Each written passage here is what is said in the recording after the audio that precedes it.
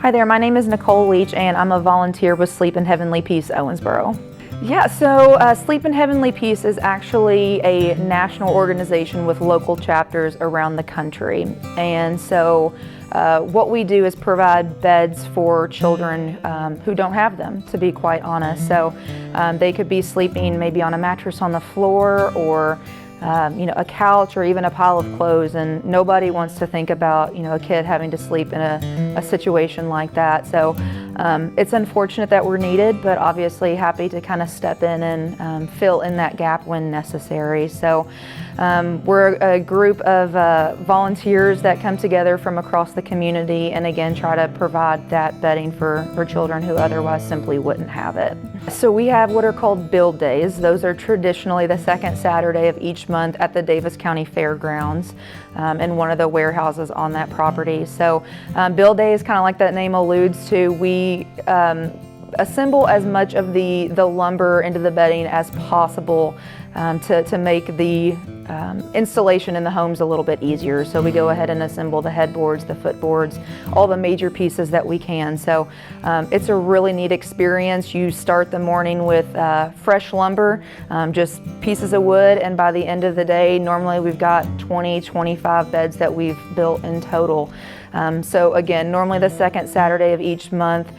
And then the deliveries, of course, those take place throughout the course of the month, normally on weekday evenings. The build days are normally 8 a.m. to about noon.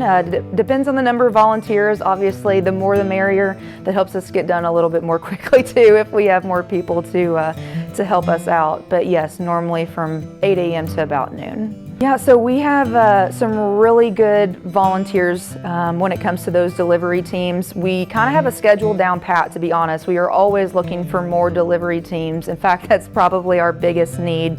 But we do have somewhat of a schedule. So normally teams deliver a couple times a month. Maybe it's the first and the fourth Tuesday of the month, and they have that camaraderie. It's normally the same individuals on those teams. There are definitely ways to kind of give and contribute that don't necessarily involve your time. So we have had organizations in Owensboro step up and have like bedding drives, which is tremendously helpful. So if organizations, and it all has to be brand new, it can't be used bedding, but if they do like a bedding drive, they can have sheets or comforters or pillows or whatever it happens to be brought in, and that's always appreciated because the less funding that Sleep in Heavenly Peace Owensboro has to spend on those items, the more that we can spend potentially building additional beds for kids that need them. Yeah, so the good news is there's no training required on either the deliveries or the build days.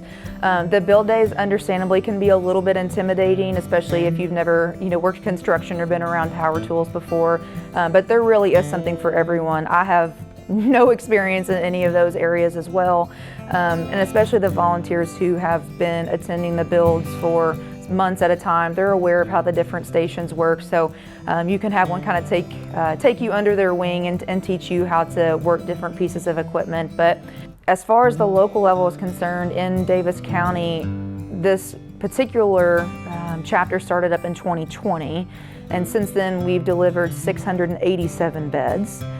I think it was in the spring of 2024. This was a mom. She was in recovery. She had just come out of a treatment center and was doing really, really well, had employment all lined up, had just secured a house to rent for her and her 2 children.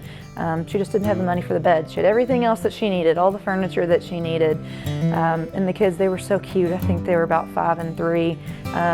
And they were just so excited. The kids were just overwhelmed. They were screaming. They were jumping up and down.